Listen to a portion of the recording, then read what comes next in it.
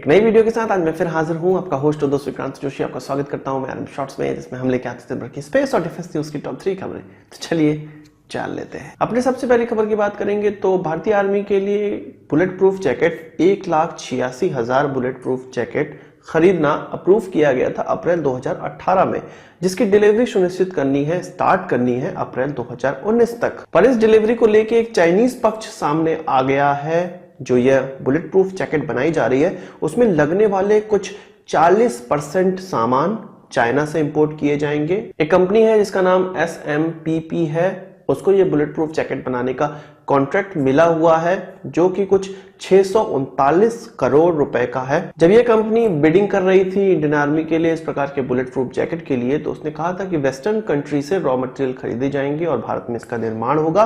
पर जब यह बुलेट प्रूफ जैकेट डिलीवर की जा रही है, सबसे पहले 10,000 बुलेट प्रूफ जैकेट अप्रैल 2019 में डिलीवर होनी है, तब यह पता लग रहा है कि इसमें जो रॉ मटेरियल इस्तेमाल किया जा रहा है वो चाइना से आया हुआ है। चाइना से आने वाले रॉ मटेरियल की हम बात करें तो इसका फैब्रिक, बोरोन कार्बाइड पाउडर इत्यादि चीजें चाइना से इंपोर्ट की जा रही हैं।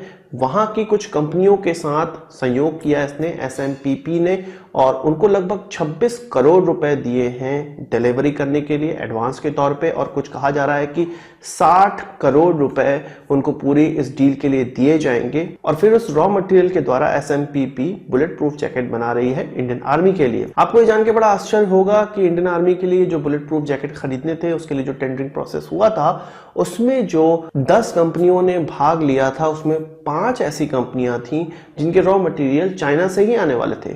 कंपनी से यह पूछा गया कि वो इस तरह की चीजें क्यों कर रही है, तो उनका कहना था कि वेस्टर्न कंट्री से जो रॉ मटेरियल खरीदे जाएंगे उनको भी यही चाइनीज वेंडर प्रोवाइड करते हैं, तो हम कॉस्ट बचाने के लिए डायरेक्ट चाइनीज वेंडर से ही यह सामान खरीद रहे हैं। इकोनॉमिक टाइम्स की खबर में सामने निकल कर आया है कि आर्मी से इस चीज के लिए परमिशन ले ली गई है। उनको यह बता दिया गया है कि डायरेक्ट चाइनीज मटेरियल इसमें इस्तेमाल किया जा रहा है। तो यहां पर एक चीज समझने वाली बात है कि चाइना को आप कहीं भी इग्नोर नहीं कर सकते हैं। अगर उनको डायरेक्ट कॉन्ट्रैक्ट नहीं मिलता है तो वो रॉ मटेरियल के तौर पे आपके अंदर घुस जाते हैं, आपकी डील में घुस जाते हैं, और अल्टीमेटली फायदा उन्हीं को मिल पा रहा है। कुछ इसी प्रकार की काबिलियत भारत को भी डेवलप करनी है, जो कि अभी तक वो नहीं कर पाया है। आप यह तो जानते ही होंगे कि भारत और पाकिस्तान के एयरक्राफ्ट के बीच में जो 27 फरवरी 2019 में डॉग फाइट हुई थी उसमें पाकिस्तानी सैनिक भी मारे गए थे, पाकिस्तानी पायलट भी मारा गया था, और उसको आज तक एक्सेप्ट नहीं किया है पाकिस्तान ने। ना ही उसने कहा है कि F-16 का इस्तेमाल किया गया था और उसको हमारे विंग कमांडर ने मार के गिराया। पर हमारी डिफेंस मिनिस्टर निर्मला सीतारमण जी से जब यह क्वेश्चन पूछा गया कि क्या वो उस पायलट के बारे में जानती हैं जो कि F-16 में था पाकिस्तान की तरफ से, तो उन्होंने कहा हाँ, इस चीज की जानकारी उनको है, और यह पहली बार ऑन रिकॉर्ड डिफेंस मिनिस्टर की तरफ से कहा गया है कि उनको इन सारी चीजों के बारे में जानकारी है और F-16 को हमारे विंग कमांडर ने मार के गिराया है। तो यहाँ पर एक चीज तो कंफर्म हो जाती है कि ऐसी कोई घटना तो जरूर हुई है जिसको पाकिस्तान छुपाने का प्रयास कर रहा है। क्या वो इंटरनेट में जो तस्वीरें घूम रही हैं, क्या वो सच में शहाजुद्दीन है जो कि पायलट कहा जा रहा है कि उस डॉग फाइट में मारा गया था? और यह भी खबर निकलकर सामने आई थी, जैसा कि आप लोग जानते ही हैं, कि उस F-16 में 2 पाकिस्तानी पायलट मारे गए थे।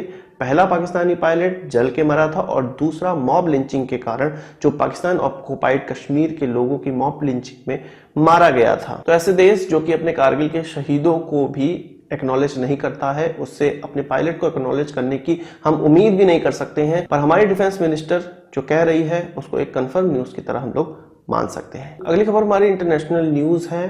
कतर ने टर्की से उनका अल्टे मेन बैटल टैंक खरीदने का फैसला कर लिया है। 100 इस प्रकार के मेन बैटल टैंक खरीदे जाएंगे जो कि उनका नया मेन बैटल टैंक है, और यह कहा जा रहा है कि टर्की का यही फ्रंट लाइन टैंक बनने वाला है भविष्य में। और टर्की इसका निर्माण, अभी जो प्रोटोटाइप का निर्माण हुआ है वो 1500 हॉर्स पावर के जर्मन इंजन से पावर्ड होगा, पर कहा जा रहा है कि टर्की इसके लिए अपना इंडिजिनियस इंजन भी डेवलप कर लिया है। और जब ये कतर को जो डिलीवरी की जाएगी, कुछ 40 टैंक की पहले फेज में डिलीवरी की जाएगी, उसके बाद वो अपने इंडिजिनियस इंजन्स का ही इसमें इस्तेमाल करेगा और तब जाके उसको अपनी आर्मी में इंडक्ट करेगा, और तब यह उनका front line main battle tank हो जाएगा। अल्टे टैंक का नाम उनके भूतपूर्व जनरल के नाम पे ही रखा गया है और टर्की के कई संस्थाओं के द्वारा इसका निर्माण संयुक्त तौर पे किया जा रहा है। दोस्तों 3 खबरों के बाद अपनी बोनस खबर की बात कर लेते हैं और बोनस खबर हमारी JF-17 की तरफ से आ रही है। आप जानते हैं कि पाकिस्तान इसका इस्तेमाल करता है, पाकिस्तानी एयरफोर्स इसका इस्तेमाल करती है